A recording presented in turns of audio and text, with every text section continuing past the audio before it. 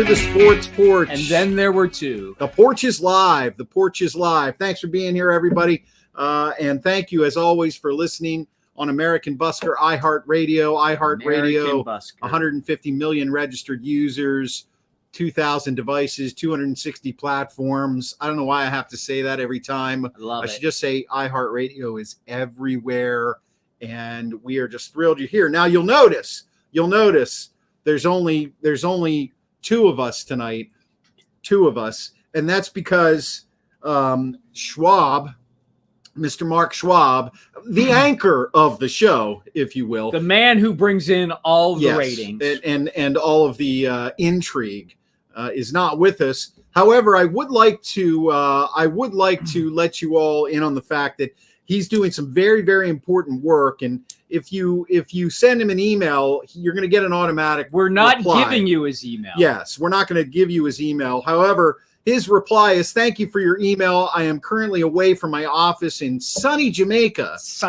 for his company's annual conference, returning on Wednesday, November 9th.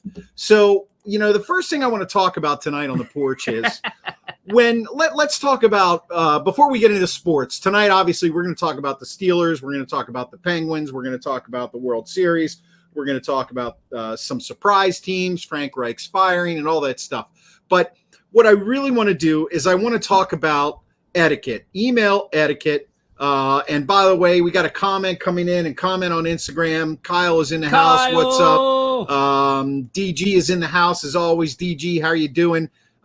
This is all about email etiquette. You can see down at the bottom, theporcheslive.com, theporcheslive.com. That is our website. And we encourage you to subscribe to the podcast on the iHeartRadio app or anywhere you get your podcasts. Email etiquette. So when you're going out of town and you leave, how would it do you put an out of office response? Oh yeah, but it's just a canned response. Yeah.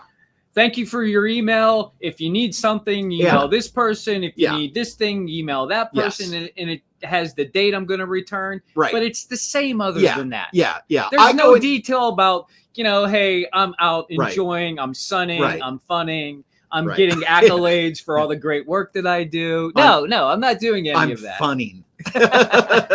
Do you say I'm funning? Not in an email from work. Do you say that normally? Well, when I'm at the beach, I'm saying, hey, I'm funning today. Yes, I'm funning. Yeah. What do you don't fun? I'm funny. I fun all the time. Well, I'm funning right now. Then you're funning right now. Okay, That's right. So what I do is I go into my Outlook and I have the same thing, the same response. Right. It says, I'm not here. Change the date and that's it. Yeah, you can get me on this day, or you can call this poor person and lomp your same exact thing. Oh man, but not sunny Jamaica. You just don't. Sunny. That's email etiquette 101. Maybe Schwaber. Mark's new nickname should be Sunny. Yes, and later on in the broadcast, we'll go on into some of the reasons he gives, because not only does he say he's away in sunny Jamaica, he also tries to justify it. And we'll get into that later. So, no, I don't do that with my out of the office emails. And Tim Eggert's in the house. Good evening, guys. Hey, Tim, how are you? And remember, you could get your Sports Porch mug on theporcheslive.com. It's a good time to be drinking coffee. It's getting a little bit cooler. It is getting a little nippy out here. I think this is the last time you're going to see the guns out. So it's the guns. It sure as hell ain't sunny Jamaica. It is definitely not sunny, warm. I hope you're watching down there, Schwab. Of course, he said he had some sort of I don't know, awards banquet or something. So maybe he's winning an award, and he deserves an award. Kyle wants to talk about his fantasy. You know what? Maybe we'll do a little fantasy. I'm actually not sure we talk about porn on this show. That's great. I love that. And that leads us right to it's a bye week. Everybody knows it's a bye week. So of course the rumors are flying. The big thing right now, Claypool, he was traded. I just want to ask. That's right. Claypool got traded. Right. Yeah. See, that's the point. Yeah. That's the point right now. So I want to ask you, if you're watching or listening to us, Claypool getting traded, do you care? Do you care, Steve, that Claypool got traded? We've talked about this, and somebody said, would you trade him? And I said, yeah, I would trade him for the right return. As I remember, you said you'd trade him for a second-round pick. I think I might even have said a third round. No, you pick. said if somebody offers a second round, I could play the clip. Second round pick, I would be 100% behind it. I'm still 100% behind them trading Claypool. Look, they made the decision on him. They weren't going to re-sign him. He wasn't going to be part of Kenny Pickett's future. Yeah. Why keep him? Go get a pick for him. I'm all in with doing that.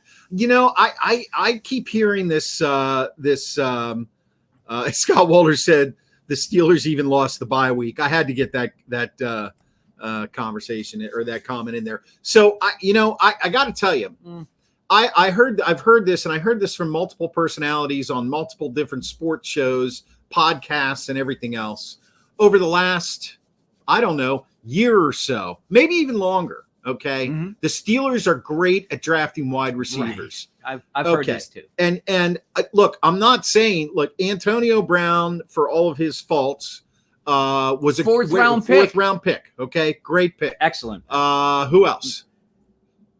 I mean, they went out and they got Claypool.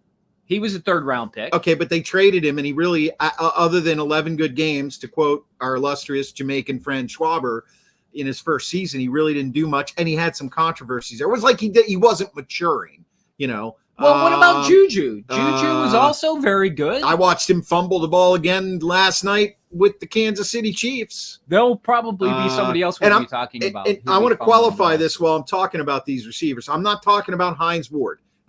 Those are days gone by.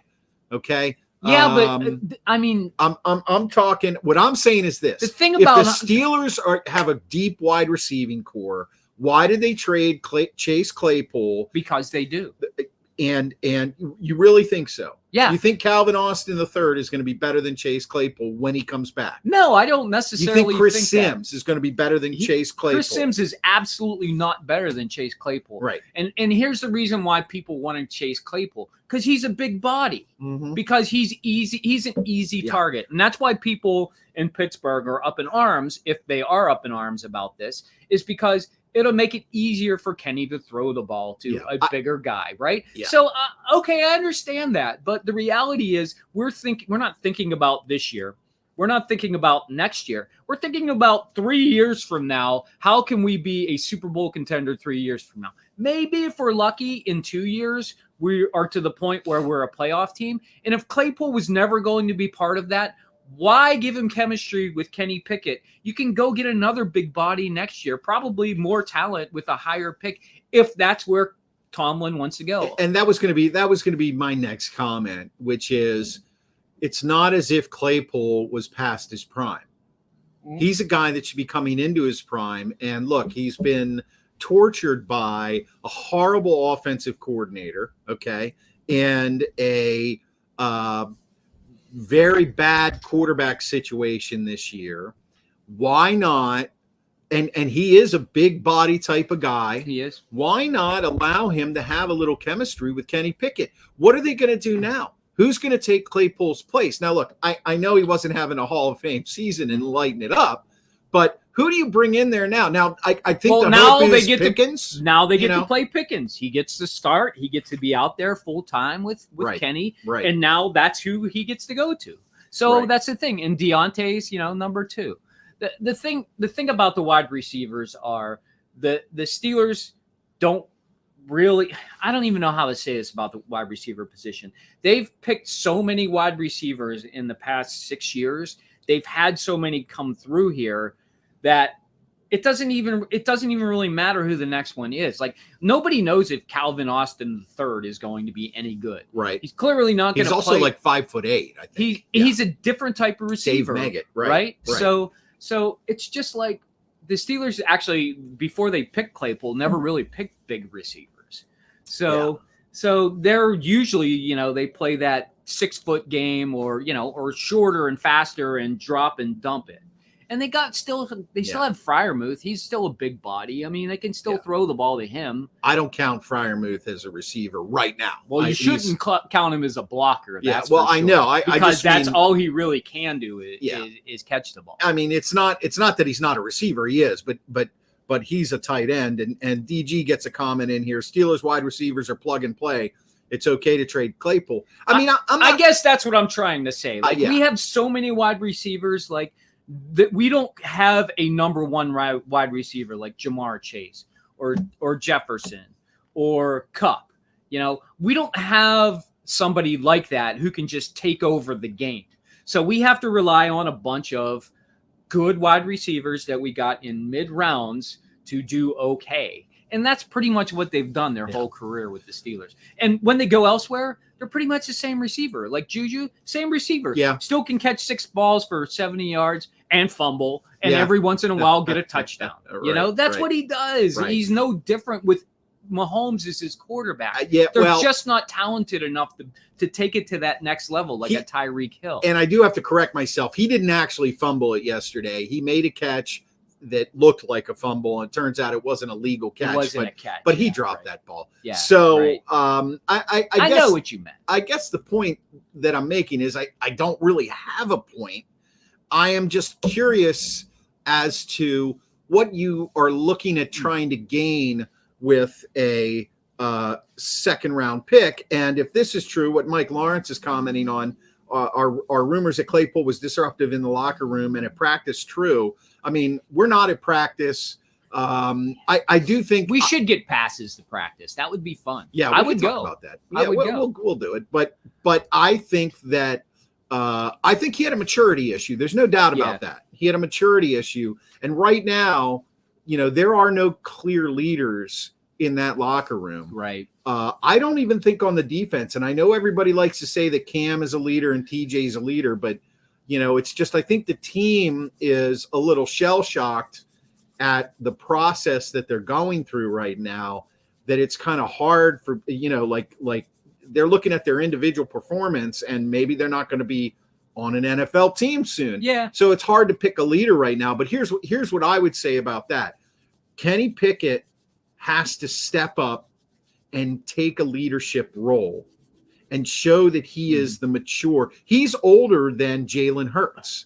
You know, he needs to step up and take a leadership role even while losing and playing poorly.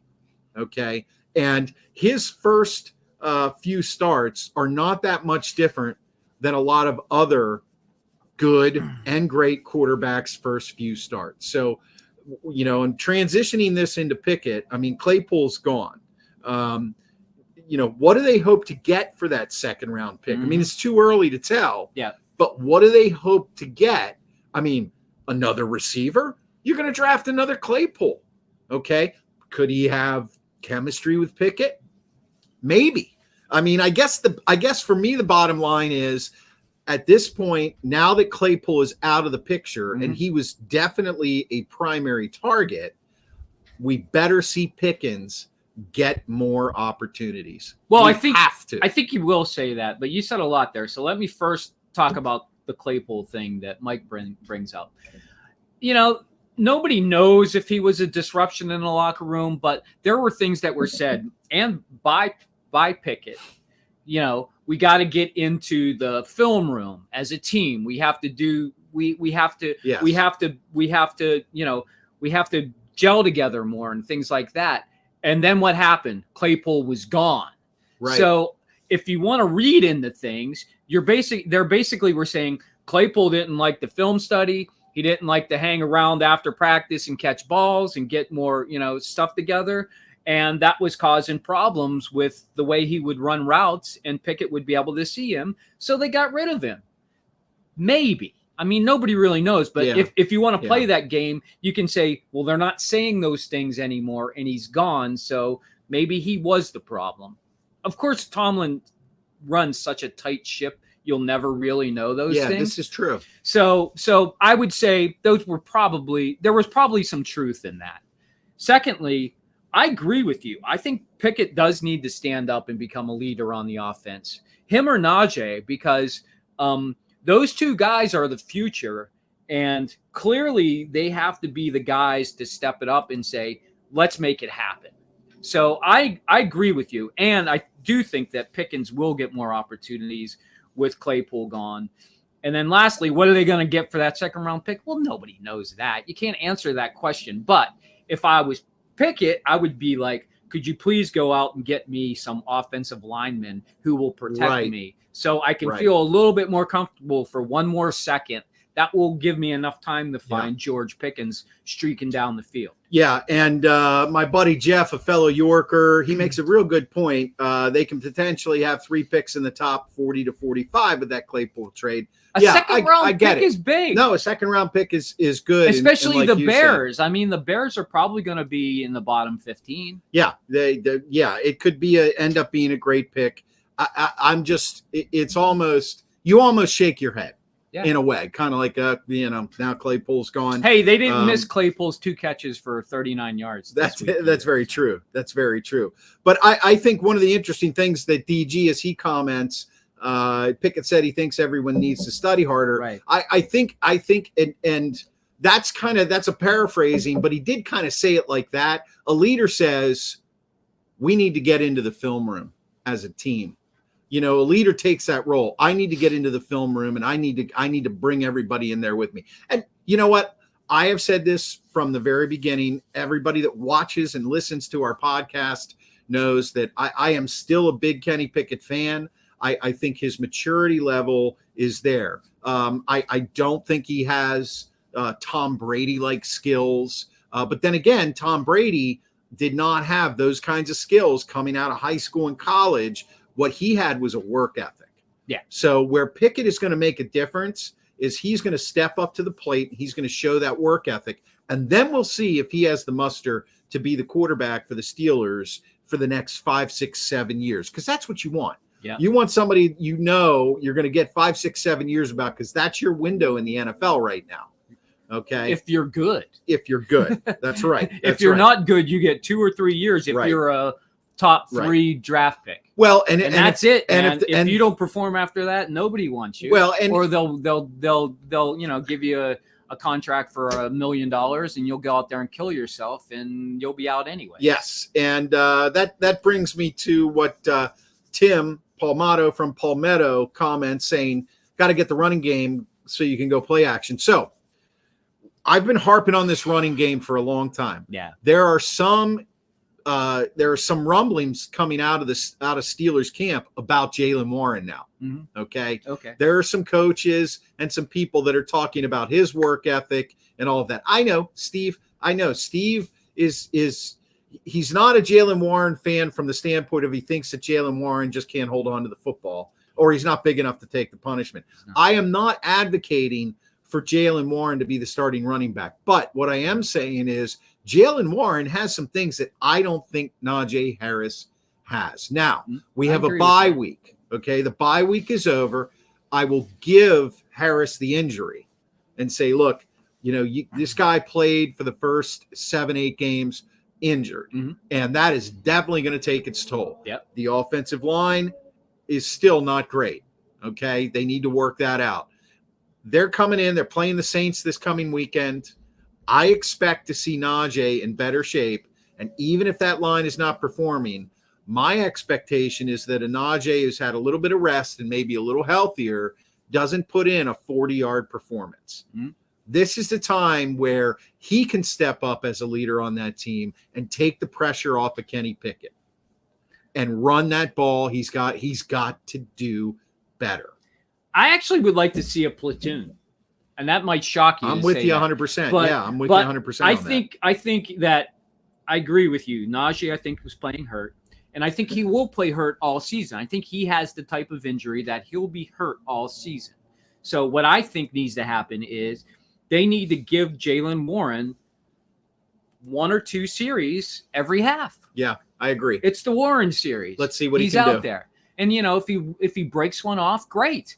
I think that's a good thing. Get Najee in there. You know, I don't know how he is with the pickups, but I think I remember in preseason where he pancaked the guy once or twice. Yeah. So I think he'd be okay in there on 3rd down if he's got to pick up the blitz. He likes to block. So because it's really, remember, Steelers Nation, it's about protecting Pickett at this point because Pickett is our future. Yeah. So all other people don't really matter. At least for right now. Right. I mean, let's fast forward real quick, and we'll be talking about this later in the year if the Steelers don't win very many more games. and they have a really high number 1 pick, there's going to be some quarterbacks out there. Well, I can't wait to have that conversation. It's way too early to talk about that today. But and here's that kind of leads me into this. Hey, thanks to the Lions for winning too, by the way. That helps the Steelers. Yeah. Yeah. So the thing, one step closer to the number 1 draft pick. Well, we do want to talk about some other teams because on a bye week, it's kind of like the same old storylines. Obviously, Matt Canada is not going to be fired before this next game. What a joke! I'm sorry. I'm Steelers done Nation. talking about it. I don't care. And I think most of Steelers Nation is on board with this. That guy's got to go. He's got to go. Okay, which brings me to something that I thought about today. Frank Reich just got fired. Okay, nobody's knocking down his door to be a head coach somewhere. No. Okay, first of all, it's because there's a lot of head coaches. There's no spots open. But second of all, he's not one of those coveted guys. Now, he did take, the Colts in a couple of years started 1-5, made the playoffs, started 1-4, made the playoffs, or was within one game of the playoffs. But here's the thing. Okay, in Philly as the offensive coordinator, Frank Reich had Carson Wentz, and he won a World Series. That's what's on my mind too. He won the Super Bowl. He won okay. That, yes. He goes to Indianapolis. He has a good year with Andrew Luck. His second season, Andrew Luck retires. These are the quarterbacks that Frank Reich has had: Andrew Luck, Phillip Rivers, Jacoby Brissett, Carson Wentz, and Matt Ryan. Okay, with Rivers, he skated into the playoffs. With Wentz, he lost to Jacksonville. That was 2-4 to 1-13 or 1-14 when he played them. That put him out of the playoffs. Right. And we all know the Matt Ryan debacle. It just didn't fit. Now, From what I understand, a lot of that blame can go to the general manager. But when you give a guy quarterbacks with that pedigree, and I know everybody's down on Wentz, but look, he had a fantastic season in Philly, and Frank Reich was his OC. Okay. That being said, they did fire their offensive coordinator mid-season this year. Okay. So I don't know why we wouldn't fire Canada and grab Frank Reich. Trust me when I tell you, there is no way I could get in trouble for these words. There is no way that Frank Reich would be a worse offensive coordinator coming in off the street than Matt Canada. No way. What do you think? I love the idea, but here's why it won't work. Frank Reich would bring a whole new offense with him, and just can't implement a whole new offense mid-season. He would be a great hiring the second they're out, the second they're either out of the playoffs or they know that they want him, and they just say, here's some money, we're taking you, nobody else takes you. As soon as the season's over, you're ours because we're getting rid of this jamoke. Yeah. Right? Is that a new word, jamoke? Oh, no. Jamoke's everybody knows jamoke. Is jamoke a Yinzer word? Yeah. No. Jamoke is just standard word. Because I've been here 30 years and I've never heard jamoke. I've never. You're my favorite Yinzer, and I've never heard you say jamoke. I didn't want to use jagoff because everybody knows that Canada is a jagoff. Yeah. But they didn't know he was a jamoke. Or Jablonki. I've heard the Jablonki. If you want to go to the Jablonks, we have to wait till Mark gets back. We've got to take that to a private channel. Mark is the king of the Jablonks. Right. But as far as a jamoke goes, Canada is up there. He's a total jamoke. But I do love the idea. I think that the Steelers absolutely have to go get some talent to run some of that offense. And I've been listening to the words these newscasters are talking about, and how they're saying that it's not about Canada. We got rid of Fichtner and we got rid of Bruce Arians, and the offense still didn't get better. And we keep getting a new offensive coordinator. Clearly there's something else. And they're clearly pointing towards Tomlin with that, right? Could I interrupt you for a second? A good friend of mine, Dan Keller. I'm so glad you're here watching the show, Dan. Thank you so much. He's actually watching it on LinkedIn. Dan Bray, another good Yinzer word, jabroni. Now I have heard you say that. Yeah, he is a jabroni. So he's definitely a jabroni. He's a jamoke jabroni or jabroni jamoke. He's all three and a jag. It's funny how they're all they all start off with JAs. It's so easy though to perhaps the German pronunciation is yamoke, yabroni. Jagoff. We don't speak German on the porch. The porch is nothing about, it's only about slangs, and mostly Pittsburgh slangs. Steve, we're getting some comments in here on this Frank Reich thing. I knew it would spark. Jeff in York says Reich is a PA guy too. Bring him in as an offensive consultant.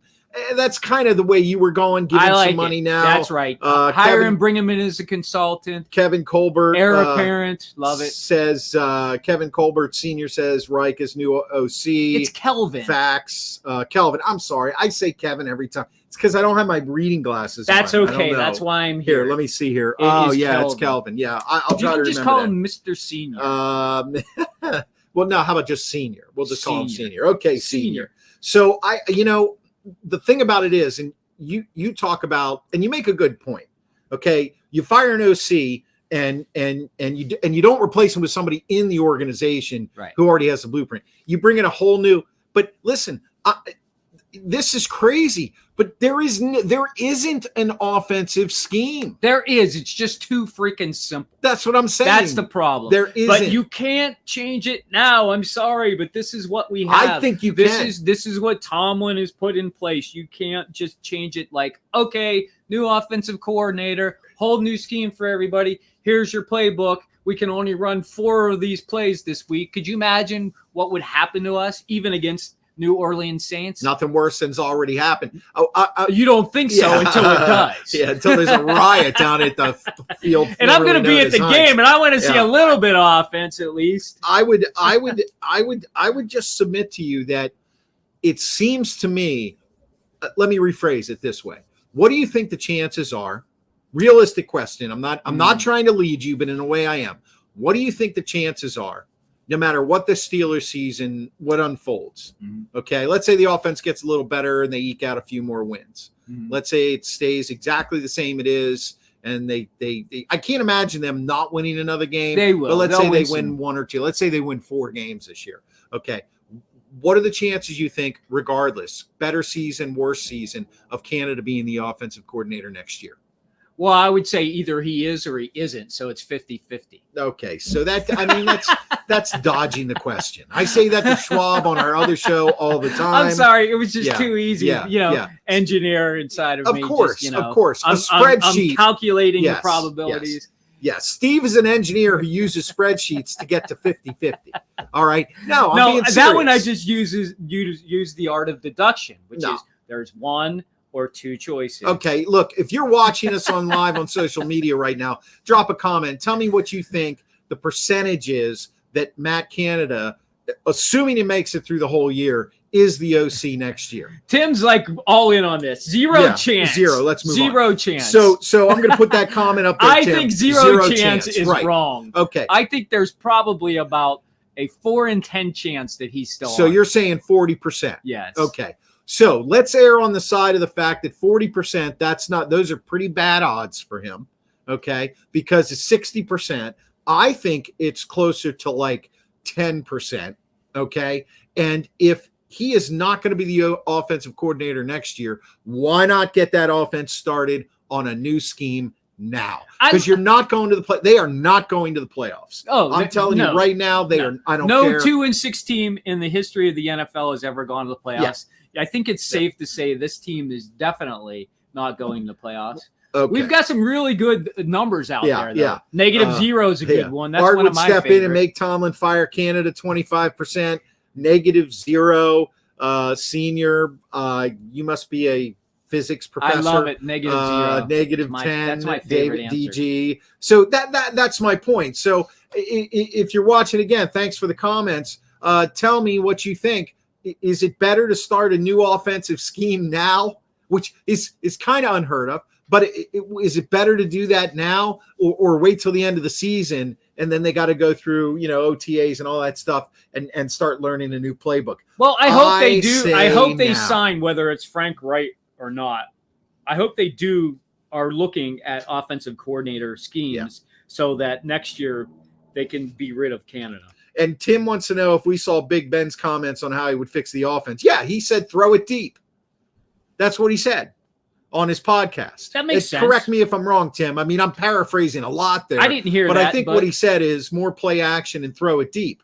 And to me, that doesn't help. That doesn't work if you don't have a running game. Well, it can. So there is some truth to if you chuck it deep and you're successful at it, it loosens that safety up now from being able to creep up onto the line. But you have to be able to be successful at it. You just can't chuck it deep and then it doesn't work. Then it doesn't do anything for you. So, but I think that's a pretty solid plan coming from the Hall of Famer. Yeah. I mean, clearly play action's the way to go. You get to the passing game first, which opens up the running game. Right. Okay. So Jeff from York chimes in. Correct. First down deep, second down deep, third down deep is what he said. Mike chimes in with a comment. At least start with a bit of a new scheme now. What do they have to lose? Well, they don't have anything to lose, Mike, because they're already lost the playoffs. Well, and the thing is, and this is 100% speculation. What if? I mean, nobody on this side of the Mississippi River has mentioned, or the Ohio River has mentioned anything about Frank Reich coming to the Steelers, other than yours truly and some various and sundry sports journalists that I heard out there. Well, everybody will be talking about it tomorrow. Yeah, they probably will. That's interesting. I think you're right. So, but it's good. I like the idea of replacing the offensive coordinator, because then it gives us either another peg in the, okay, Tomlin's going to try and do something different, or it's Tomlin doing the same thing over and over and over again. Okay, so at this point, I want to once again thank you if you're listening to us on American Busker iHeartRadio, and remind you and ask you, please follow the podcast on the iHeartRadio app. Steve does a nightly Penguins recap after every Penguins game. Steve is our hockey Jesus. He drops it. It's anywhere between 3 and 10 minutes long, depending upon how good or bad the game was, or if he got really pissed during the game. But there are some things that upset me. I go on 2-minute rants. Yeah, I like it. You got to get a little more emotional. I want to hear. I know your emotions. I want to hear your emotion. Now, you might wake up your wife, but you might have to go down the street for that. But anyway, if you would have heard me when they had that 2-on-none break. Yeah. And I rewinded 4 times, and I still threw F-bombs out every time I rewound it. I couldn't believe it. I know you talked about it. We'll talk about that in a little bit. But yes, Sports Porch podcast on the iHeartRadio app. You can catch up with us, and every night after the Pens game, hop on right away. Steve is live doing the Pens update. You can also get the Sports Porch podcast anywhere you get your apps, as well as visit theporcheslive.com. That is our website. I'm going to be dropping some more blog posts down there, and leave us a review on the podcast, please. That really helps us out. Just takes a couple minutes. And Mike chimes in. He says, I've liked Steve's hockey comments so far. So we do have a few listeners here. So I want to move on here if we can. That's okay, Mike. I know I need to lose some weight. Yeah. No, you. Oh, good Lord. I feel like I put the freshman 15 on 3 times since the pandemic was. The best thing for me for the pandemic, I started landscaping. I lost 45 pounds. Okay. So for those of you who thought the pandemic was a horrible time, it was a great time for my physical health. Okay. And I don't want any comments on anything else about that. Oh, come on. I was going to comment on your yard. Okay. No, please. Go ahead. Go ahead. I can't see it. It's 3 dogs. Dark. This stupid fallback. It looks good. I blew the leaves yesterday. Yeah, you can't even see it now because of this stupid fallback. Right. How are you on that fallback thing? Are you pro fallback, or don't you care about changing the like, me, I sleep. I love an extra hour of sleep, man. Yeah. I love waking up and it's supposed to be 10 and it's only 9. And I'm like, I'm going to sleep another hour. I think it's time to just get rid of it. We don't need to move these clocks. People know what time it is. We don't need to go back, go forward. I don't honestly know why people care about it at all. All right. I mean, time is immaterial. Everything in the universe is actually happening at the same time. We are currently living multiple lives. Okay. All right. So let's move on to something more important than that. And that is surprises. And I'm going to start with my surprise. My surprise, I was watching this game yesterday. My surprise was the Jets. Okay. When the Jets played the Steelers, now they did beat the Steelers, but one of the comments I sent to you as a text during the game was, are the Jets even an NFL team? Right. Because the team I watched play the Steelers was Zach Wilson.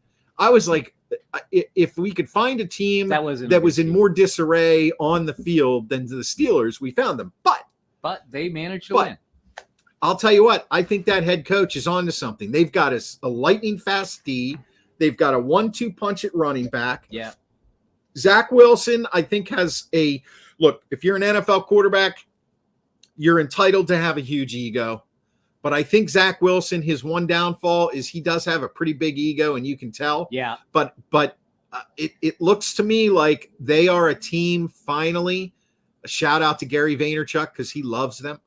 They are a team on the rise, definitely on the rise. And if they can beat the Bills, now I know the Bills, every team goes through a skid, and the Bills, they need a running game. We could talk about that. Yeah, they do. But beating the Bills the way they did and playing them that tough, I think you got to look out for the Jets. Maybe not this year, but definitely in the next couple of years. They're putting something good together. I think you're right about their defense. Their defense is fast. That Sauce Gardner is the real deal. Yep. There you go. A guy who makes an impact, a first-round pick. Granted, he was a high first-round pick. Right. First cornerback pick. But, man, he said, I'm the guy. Put me out there. They put him out there, and he delivers. Yeah. I mean, he's making a big difference on that defense. Yeah. They're fast. They're buying into the scheme. Right. They are real. They're for real, but they're not going to win in the playoffs. But they will make the playoffs, which is much better than what's going to happen with the Steelers. They've got a good offensive line. They've got those two young 1-2 punch running backs. They've got Wilson, who he likes to remember, Brees went down. Yeah, true. But they did go out and get James Robinson at the trade deadline because they want to win. Yep. So good for them. Yep. Good for them. Yep. Jeff Wallace says, I'm still getting over this time thing. That was deep, Chris. Yeah. Well, Jeff, so was your comment about 900 megamometers back in high school, and that's a whole other story. 900. Wow. Yeah. That sounds like a lot. We were riding in a Scirocco, and we had been partaking of some illicit substances, so to speak. And I told Jeff to speed up, and he looked back at me and he said, what do you mean speed up? I'm already driving 900 megamometers. And I was like, well, how fast is that? Wow. Anyway, all right. So the Good Jets, thing you weren't in a DeLorean. The Jets, might be in 1954. It was a Scirocco that he has to this day. It's a classic at this point. It is a classic. So my pick for surprise team. Are you ready? Yep. It's the Vikings. I mean, the Vikings have one loss. And I know they're not that pretty. They're not that flashy. They actually go into the fourth quarter losing most of their games, but they still find a way to win. And, Kirk Cousins, guy who messes up all the time, is guaranteed to throw an interception in the fourth quarter and break some hearts. He really hasn't done that much this year. He's been pretty good at managing the game. Dalvin Cook, still pretty good talent, even though he's coming off an injury. They got Jefferson. I mean, they can throw the ball deep. I think they got it going on. And their defense is – I don't even know who's on their defense. Well, that's the knock on them. That's the thing. But they still manage to hold teams to, below 20 points most games. And they only need – they're not, going out there and scoring 35 points to win. So, I don't know. I just think there's something about that Vikings team that's pretty impressive. Yeah, I think that – and being a Redskins fan for years, I watched them draft RG3 and Kirk Cousins in the same draft. Then, of course, RG3 fizzled out, and Kirk Cousins took the role. Kirk Cousins had 2 straight years where he set the Redskins passing record for yards passed. I think they should have kept him. However, that organization is in such a mess that he made the right move, okay? The knock on Kirk Cousins is he can't win the big games. Yeah. Now, there is a stat on him that's very interesting. Since 2015, guess what place he's in for most yards thrown? Most since when? 2015. 2015, so 8 years. I'm going to say 5th place. He's number 3. Oh, wow. In yardage. Yeah. Wow. Yeah. So he slings it, man. He throws it like a gunslinger. So I agree with you that at this point right now, the Vikings are a surprise, but that defense is suspect. Yeah. Okay. And Cousins finds a way to throw late interceptions and They really haven't done anything real since Case Keenum took them to the championship game on the Miracle in Minnesota. So that was a joke. Yeah, to me, the bigger surprise right now is the Bengals and that offense finally coming to life. And I have a special reason to hate that offense because I have a fantastic fantasy team this year. Me and Schwab have it. And I do. And fantastic. And I would say fantastic. 6-0. Of course, we lost 3 straight. But Joe Mixon, he's coming alive, has that monster game. I think the Bengals are going to they're going to challenge it after a slow start. I really do. Well, I know you're a big Bengals fan, but I'm not a Bengals fan. Well, I mean, I just think they're better than you think they are. Well, and I actually think that Baltimore is better than they are. Yeah. So that's what I've been saying all season. Yeah, and, I agree. And the reason I say that is, well, I mean, we'll see. The one thing I like what the Bengals are doing is they lost Jamar Chase, so they ran the ball. Yeah. They needed to run the ball more anyways. Yeah. So they recognized they needed to do something. They made the change, and we're good at it. Right. That's a sign of a good team. And they also have a guy in T. Higgins who would be a number 1 receiver on any other team. And Tyler Boyd, shout out the pit. Yep. He could be a number 1 on any other team too. He's definitely a number 2, but he's been there a little bit longer than those other 2 guys. But he's almost like the wily veteran at this point who can catch the third down. You know, he gets open. Yep. You know he's going to get open. You dump him the ball and he gets it. Okay, so real quick, we want to go back to the fact that, as you can see, there's only 2 of us on the screen right now, and that's because our esteemed colleague, the anchor of the show, is enjoying a business trip conference in Jamaica, and we're going to go back to a little bit more business email etiquette, okay? So when I sent Mark an email today, just to give him a link to the show in case he decided to grace us with his presence, although he is winning an award tonight at a banquet. I believe he's getting an award. He thinks he's getting an award. I don't know. His automatic response is, "Thank you for your email. I am currently away from my office in sunny Jamaica." I don't know. That's a faux pas on email etiquette. You guys tell me what you think. However, he goes on to say that the conference is of tremendous value and it's designed to increase the knowledge, enhance it. While it may be difficult to reach directly due to spending these next few days in training, Oops. I will still be checking my emails and voicemails.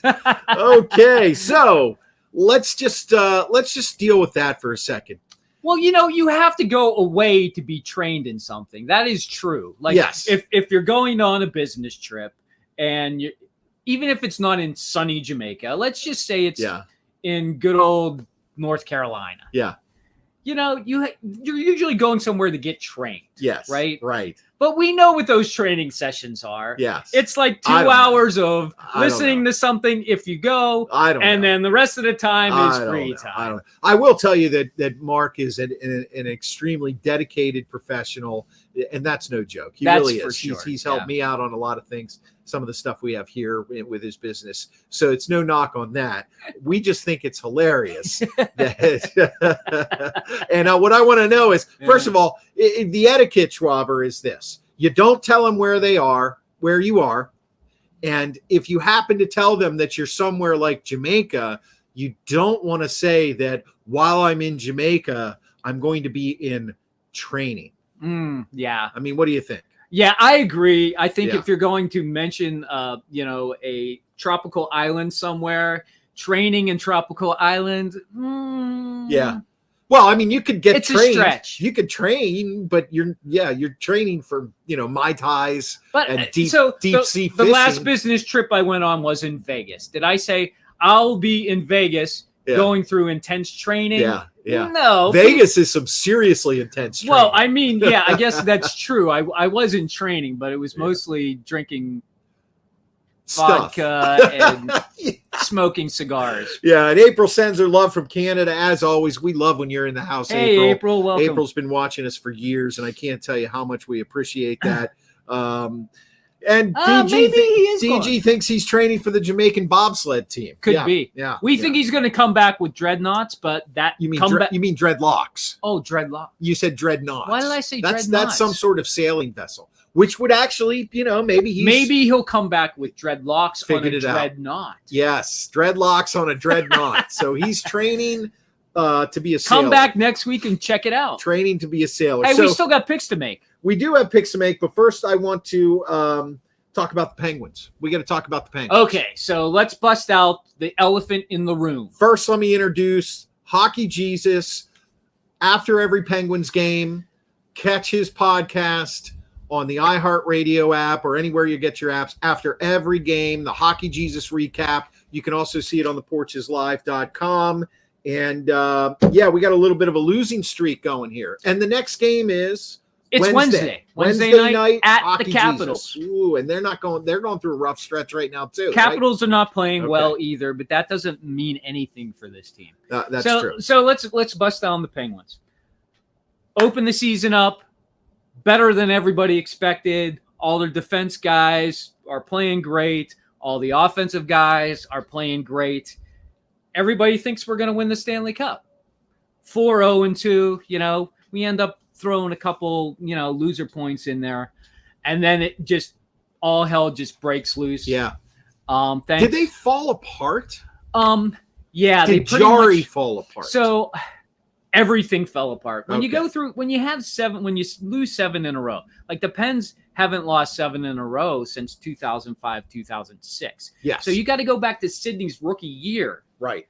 And in my podcast, I said this, but I'll give you a little sneak preview of what you hear. Essentially, not only did they lose 10 in a row that year, but Mario Lemieux retired after that. After the 10th loss, right. So I don't think anybody's going to retire after that.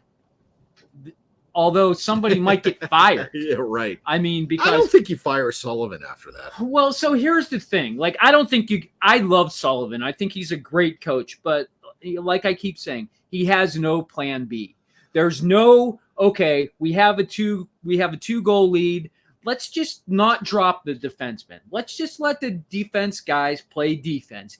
He never takes his foot off of the pedal. He always wants those defensemen joining in on the play, trying to score the next goal. When you don't need to, if you have 2-goal lead in the third period, you don't need to do that. You just let up a little bit.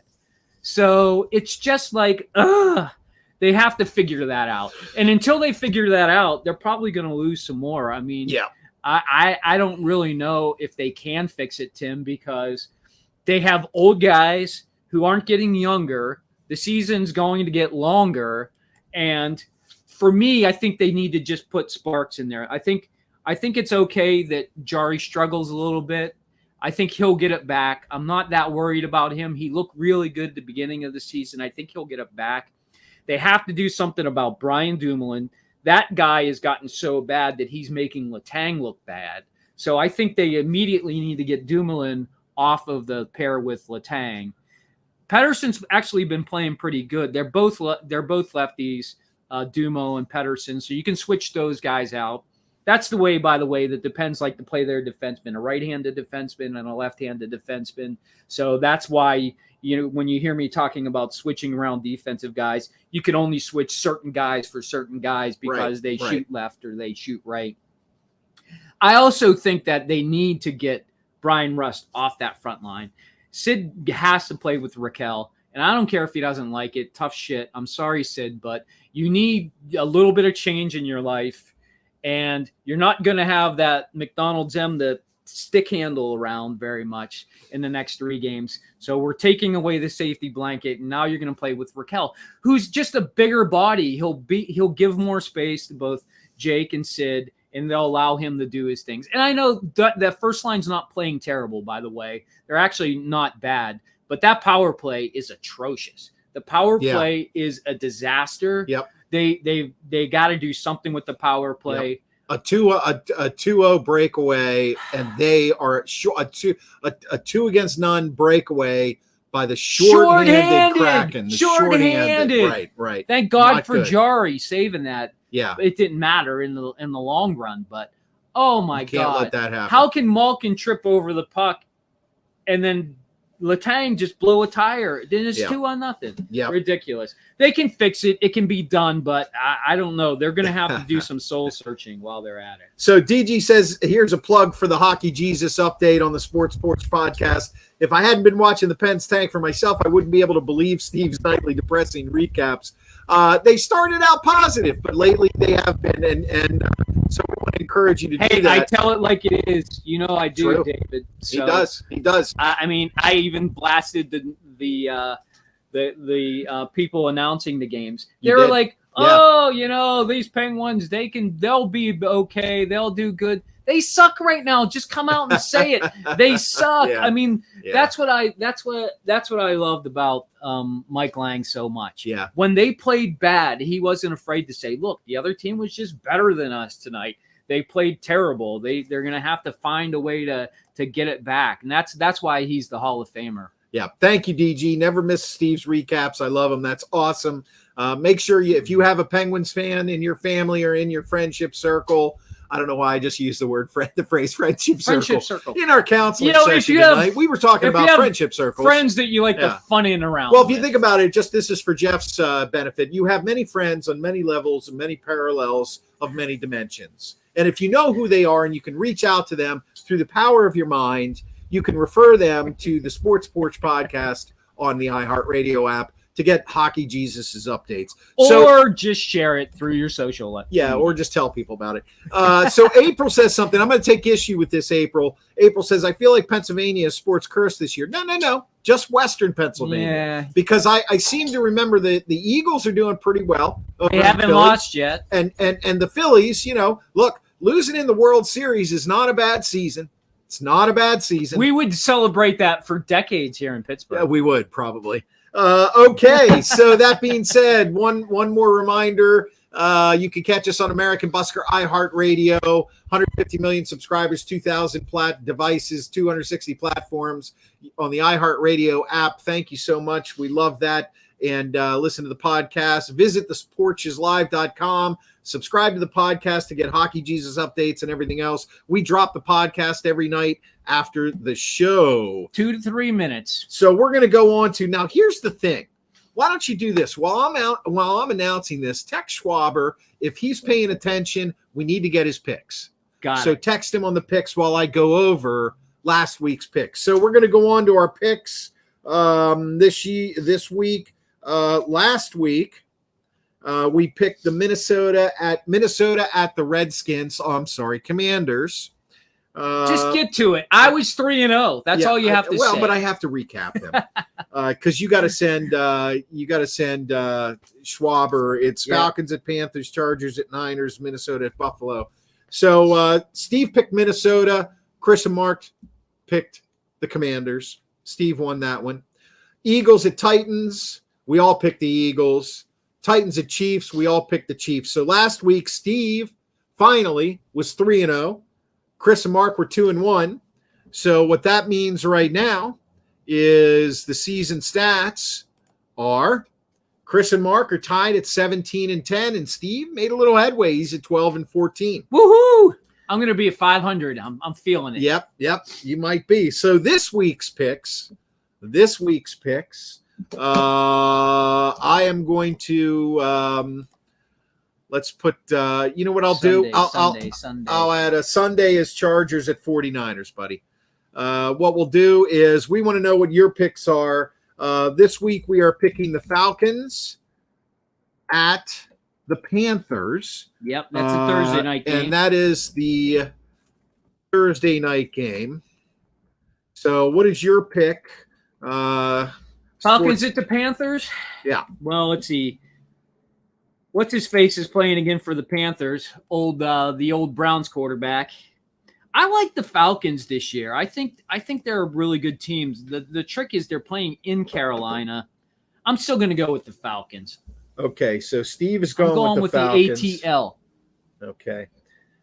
The Panthers are going back to that PJ Walker or TJ Stalker or TJ Hooker or whatever his name is. What a mess. Seriously. Between Baker Mayfield, Sam Darnold. I mean, no wonder they fired their head coach. Falcons at Panthers. I mean, I want to go. I so badly want to pick the Falcons, but I just feel like the Panthers, they want to win a game. They want to win a game. I mean, they're not a terrible team, and anybody can win that NFC South. Hey, look, I'm going with the Panthers because it's either going to give you a chance to catch up on me, or I'm gonna do a game. That's on you. That's a tough game to pick. That's really a tough one to pick. Yeah, that is a tough game. They're actually either of those teams you could have picked as your surprise team for the year. Well, maybe not the yet. Falcons, not yet. The Panthers. Okay. Sunday night game is the Chargers at the 49ers. Oh gosh, I so want to take the Chargers on this one because I just want them to do well this year, but they're not playing well and they're injured. And the 49ers play great at home. There's something about them at home that's really kind of special. And they have Christian McCaffrey now. Yeah, I don't care so much about that. I think he does help their team. Yeah. Don't get me wrong. I think it gives Garoppolo another weapon to play with. And I think Garoppolo, by the way, they got to be thrilled that they signed that guy for $15 million less. I don't know what to me, I don't, we can talk about the 49ers some other time, but you make your pick and then I'll tell you what I think.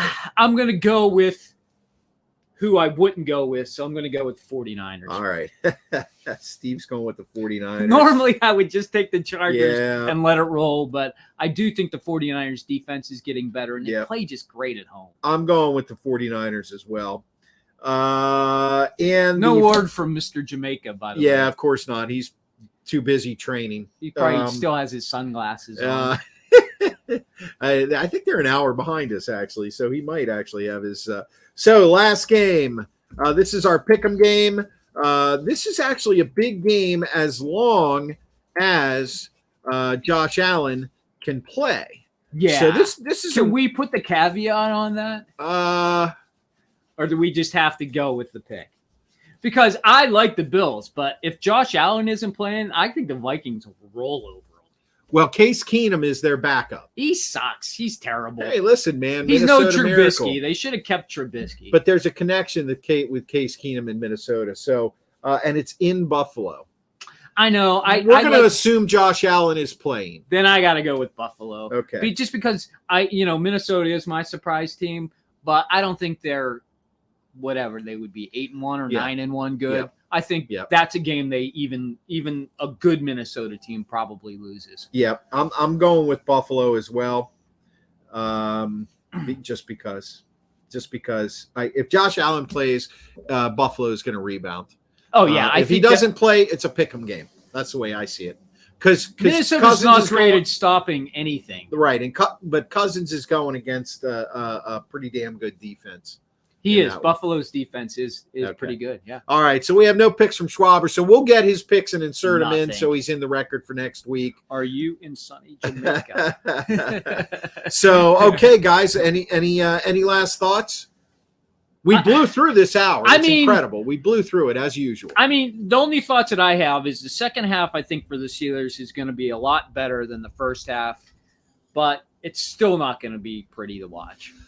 No, I agree with you. I think they're actually going to go. I think they're going to come out in the next 4 games. I think they're going to go 500, and then it's going to go downhill from there. Yeah. We'll see when they play New Orleans this weekend. And I'm going to the game on Sunday. Are you? Yeah. I will not be wearing a short sleeve shirt. Yeah, I bet you won't. High of 47. Yeah. So listen, guys, thank you so much for watching the Sports Porch and also for listening to our podcast and listening to us on American Busker iHeartRadio. And please, we would love it if you would subscribe and follow the podcast anywhere you get your podcasts, especially on the iHeartRadio app. And as well, catch up with Steve and Hockey Jesus after every single Penguins game. And visit theporcheslive.com. And if you follow the podcast, we would love for you to leave a review. That would make my year. Absolutely make my year, because I'm tired of writing reviews for my I thought it was my week for that. And DG says, thanks, guys. Catch you next week. Thank you, DG. April. All right, love April. it as always. Love you too, April. You guys are the best. Thanks so much for being here. As always, I'm the producer, so I'm queuing up the music a little bit at a time. This is a 1-2-3-man band. Thank you for listening and watching the Sports Porch. As always, we love you guys. Stay real. Bye.